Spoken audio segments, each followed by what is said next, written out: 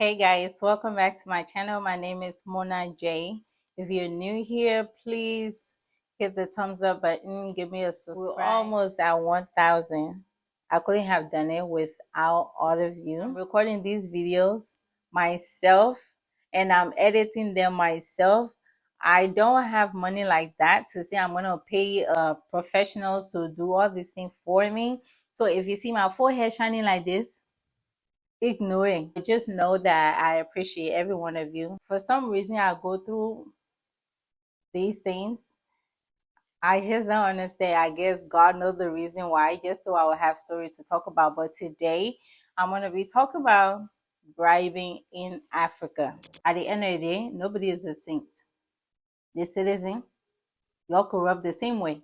If someone saying you, ask you to buy house material for them, knowing fully well the price is not $50.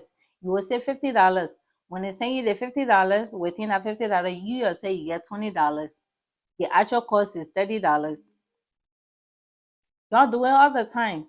Or because you're not working in the government, so your own don't count. Almost all of you are doing the same thing. Citizen robbing citizen. And government robbing citizen, I guess. Or citizen that said robbing the government too. I don't know. Y'all complaining, but you're literally doing the same thing. Do y'all know, like, it takes the citizen to change the country? It's not the government.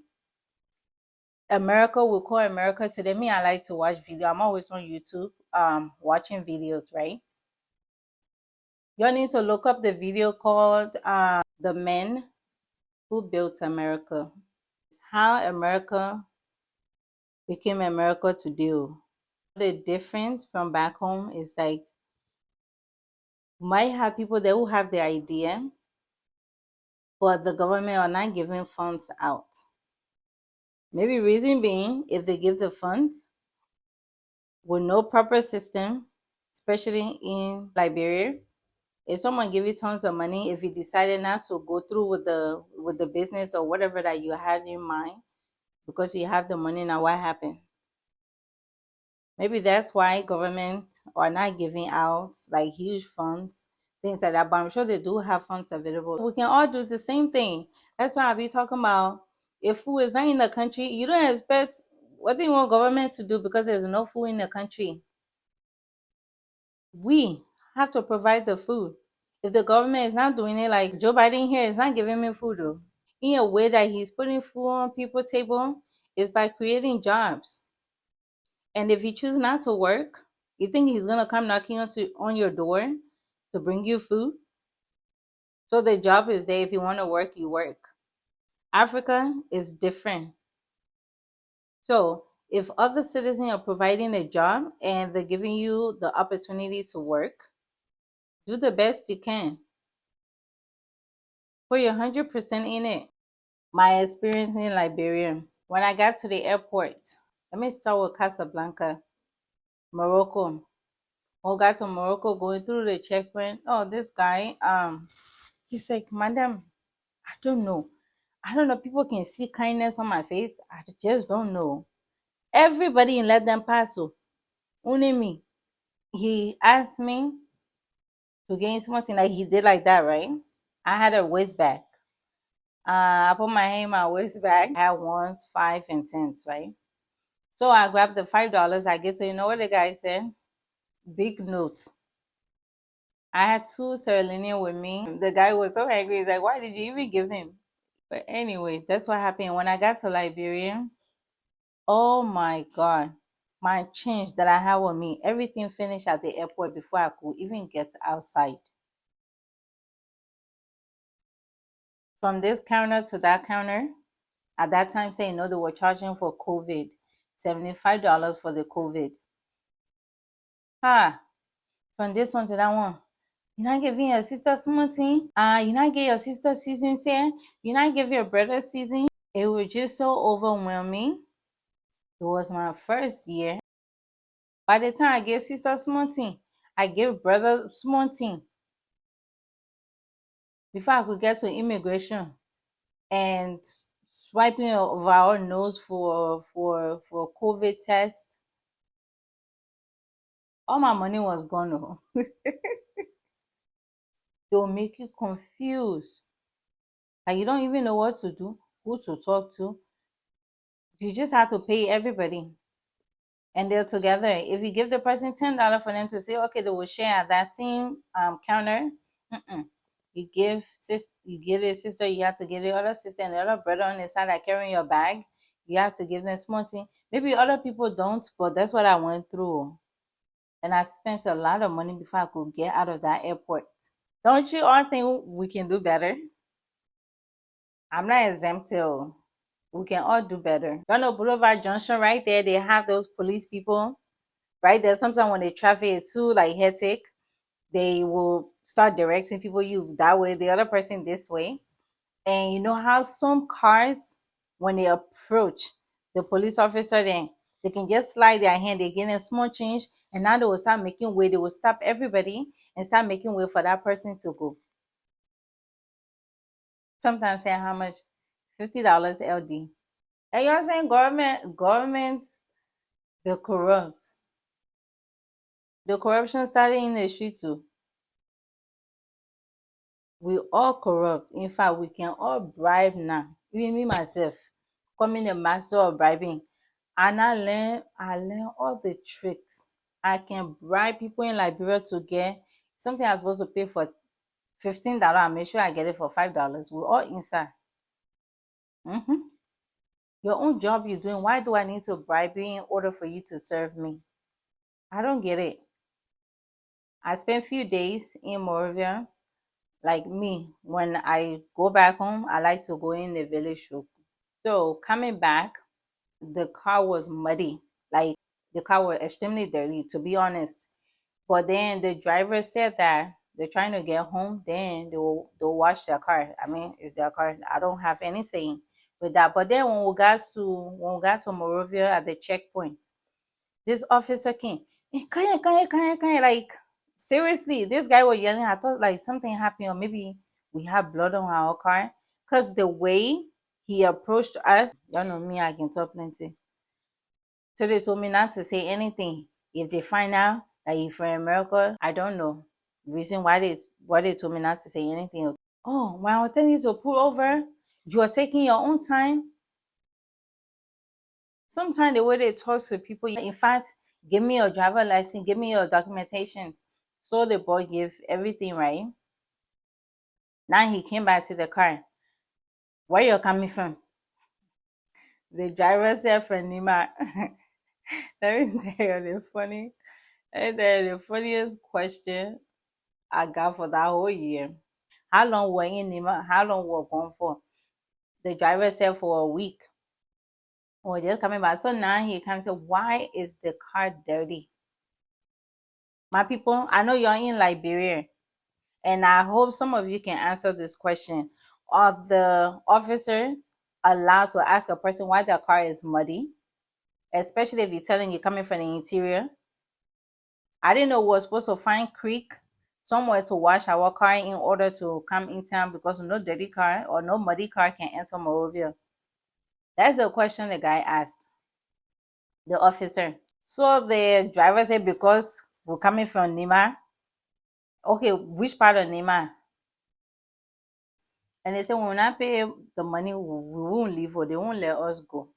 So he got in the car and say he's going. The other boy said, okay, you're just getting small thing, so we can go. So your own money, yes, you're not getting small thing. There's another lady, she's kind of thick, would be behind, dark skin. This is where I have problem with a lot of people over there. If you want to ask, just ask. Straight, go to the point and ask. Don't seek problem where there's no problem in order for you to ask for money. Like say, I don't have no money to give to anybody. I think they're getting $100 a day each car. Why your car is dirty? That was my experience to Vanima when I entered our capital city, Monrovia, coming back to the US. You know, Liberia, how they say you have to be to the airport 3 hours early or 5 hours early. Me, I have the app on my phone. My flight was at 10, I think 10 p.m. I got to the airport 3 hours early. Well, almost 3 hours early. And there's this lady with Elmora at that time. She's light skinned. She got open teeth. For some reason, I forgot that woman's name. Someone I got there almost like she was checking the last person in, and she got her. She said, "You're late." So I look at my phone and say, if you have the app, it will tell you if you're 2 hours early or 3 hours early. So the app was saying I was 2 hours. I believe it was 41. 2 hours, 41 minutes. So I was like, look, you see, I'm 2 hours, 41 minutes early. He's like, oh, so I guess you know better. You know better than me. You're late. The flight, everybody already on their flight about to leave. So I told her that, oh, a friend of mine said the flight is not even here yet. So please, can you check me in? This lady said no. She refused to check me in. According to her, I'm late. And I was like, please, I don't want to miss my flight. Oh, if you don't want to miss your flight, you should have came early. Your friend and were here early. And everybody, I already finished submitting the manifest. So now because of one person, I will come redo the work. I'm not redoing a manifest just for one person. So if you know what I know, just call your airline and tell them to reschedule your flight. My forehead is shiny. Ah, so I was like, please, do you know, like, for me to reschedule my flight, how much they'll charge me for me to reschedule, and you can just check me in. He said, oh, you come here, and he said, oh, you begging for for you to go. You want me to be more, you won't tell me how to do my job, you won't tell me what it is and what it is not, instead of you humbling yourself to get checking. So I was like, but what thing I say? I only said the app telling me that I'm 2 hours early. So there was another guy that was right next to her, but he wasn't with Elmora. He said, "Oh, my sister, just start begging the woman, stop arguing with her, because social checking you miss your flight. So if I were you, I would not be arguing." I don't even know what is arguments. What do you call arguing? She said, I'm not gonna check her in. She's late. Is either you pay the money that will charge you, or you can go by and reschedule your flight. So I said, I really don't have any money on me. I don't. And she said, okay, if you don't have money, then you can go ahead and pay 1,200 to reschedule your flight instead of giving small thing for you to go. And to be honest, I already told you the story. What happened to me? And my cousin stole my money. I was in Liberia Dec, broke. I had to be asking people for money. And I only had that $30, and I had a long layover in New York, JFK. So I just had that $30 with me to be able to buy food. I told this lady, I only have $30 on me. I don't have any other money. You see, they they just feel like everybody have money. Even if you have money, that's not the way to get it. She's like, who taking $30 from you? I'm not taking anything less than $100. If you don't have $100, then you might as well just take your suitcase and go back. Upon anything. Now, one light skinned lady that works with Air Mora, she and myself were on that thing back and forth. In fact, she walked in front of me. She went upstairs. She said, I'm maybe like 20 minutes. She came back because I told her I don't have $100. So she came back, oh, you still here? What were you? I don't even know where she was expecting me to go. Leave and pay 1,000 plus to get a one-way ticket? Just being wicked for no reason. I begged this lady. I told her, and honestly, I didn't even have $100 on me. And the more you can be making, this lady was seriously like ready for me. Or maybe that everybody anger, she just decided to put everything on me. Maybe someone from from abroad I got her angry. I don't know, but this lady was so upset with me.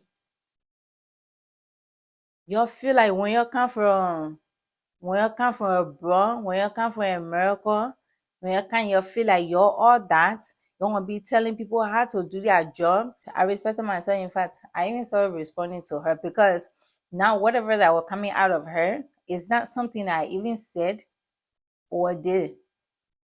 She had her own bitterness for no reason. Why would you even say me? I would never go African and behave like it's like they just judge everybody. I will never behave like I'm better than anybody. Even when I hear or go back home, I never behave like that. I humble myself. I bring myself down. In fact, once I enter that country, I behave just like the one in Liberia. I behave ghetto. Like I said, we can all bribe. I bribe just like them. I can price down people. So I don't even know why she was coming from with all the talk that she was giving me. So I never say anything. I told so the $30. I gave her the $30. She checked me in, and what they can do, as this lady, all of them know that she's charging me. And I guess all those people that are looking or supporting her, they're gonna share the money. But then you go to the next table want their own thing. The flights were late. This woman was refusing, and she knew she was refusing to check me in. So when I got upstairs, I was trying to explain that this lady held me downstairs because she wanted me to pay $100. And this guy told me, everybody here, we paid $10 each because they said we were late for the flight. So we had to pay $10 for them to check us in. And the second time when I went back to Liberia, by then I already know their tricks in the airport. When I got there to receive my bags, this, anyway, most of you that have gone to Liberia, those boys over there, they help bring the luggages. They have everybody bags that you just go and select, or sometimes they look at the name and ask for the owner to get, say, oh, this is my suitcase, but it didn't have no tag on it. And this boy said, oh, your suitcase don't have tag. We have to take it to, they have to go check in if it's for me. So I was like, this is my suitcase. Whatever he took me to when we got there, they're talking about, oh, my suitcase didn't come with tag, so they will charge me $10. I don't even care if it's $2 they were charging me. I was like, for what? $10. If I give you $1, you must change my name. Like the second time I said my abo open, I was planning for them as well. So I said, if I give $1, you must change my name. If my suitcase didn't come with tag, do you know how many times I transited before getting to Liberia? So how they brought my suitcase to Liberia if it never had tag? So I told the boy, you better go bring my tag. So I demanded for them to give my suitcase back. And then the other girl, he started saying, oh, you not get your sister and small thing say, that season time. I'm sure most of you are going through that. I know some of you don't pay them. Some do pay. And some of them can overwhelm the hell out of you. That's what be happening in Liberia, the airport. Some of you that don't know, taking my tag off, talking about, oh, your bag didn't come with tag. It came with the Holy Ghost. You're too funny in our country. Some of you should just be a comedian. A friend of mine was traveling to Sierra Leone also. He went through Ghana. As we all know, of course, COVID was around, but now COVID is no more, especially most of the African countries. People are missing their flights within Ghana transit because of COVID tests. And COVID tests that they're not even administering to people. They're not. You just give them the money. And the thing that happened, because I'm the one that sent the money, right, for my friend, he almost missed his flight. They will literally follow you to MoneyGram, Western Union, withdraw the money, give it to them, then they allow you access. So if they're doing this to protect the citizen, how are they even protecting the citizen? Go through the procedure, swipe my nose, get my results. but they don't. So I don't have problem with that. That's your policy. That's your procedure. If they want to follow it, that's fine. It's not every African country. If they still want to hold on to the COVID thing, it's okay. I guess they're trying to protect their citizen. But if you're saying you're trying to protect your citizen, you should do it the right way. You give them the money, they allow you entrance. They're still doing that within Ghana. During COVID, that small money people made in our airports. Thank God some of us were able to get through. They gave me the PCR test, the certificates.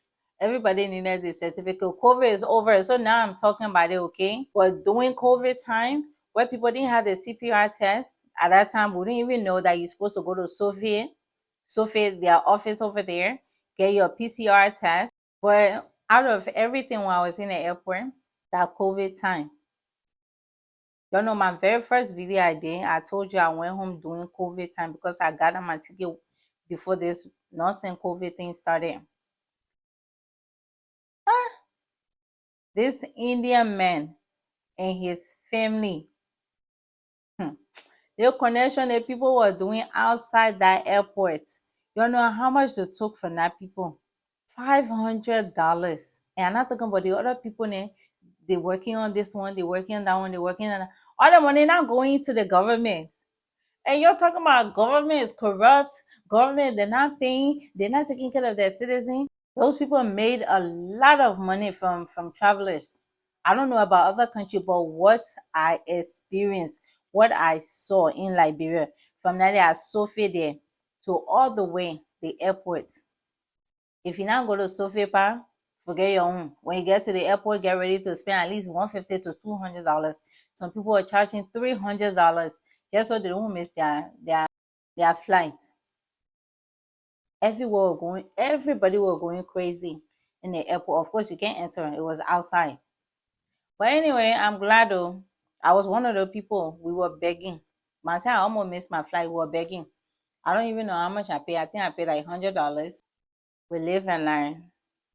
With that being said, guys, stay tuned, stay blessed. Until next time. Ciao. Bye.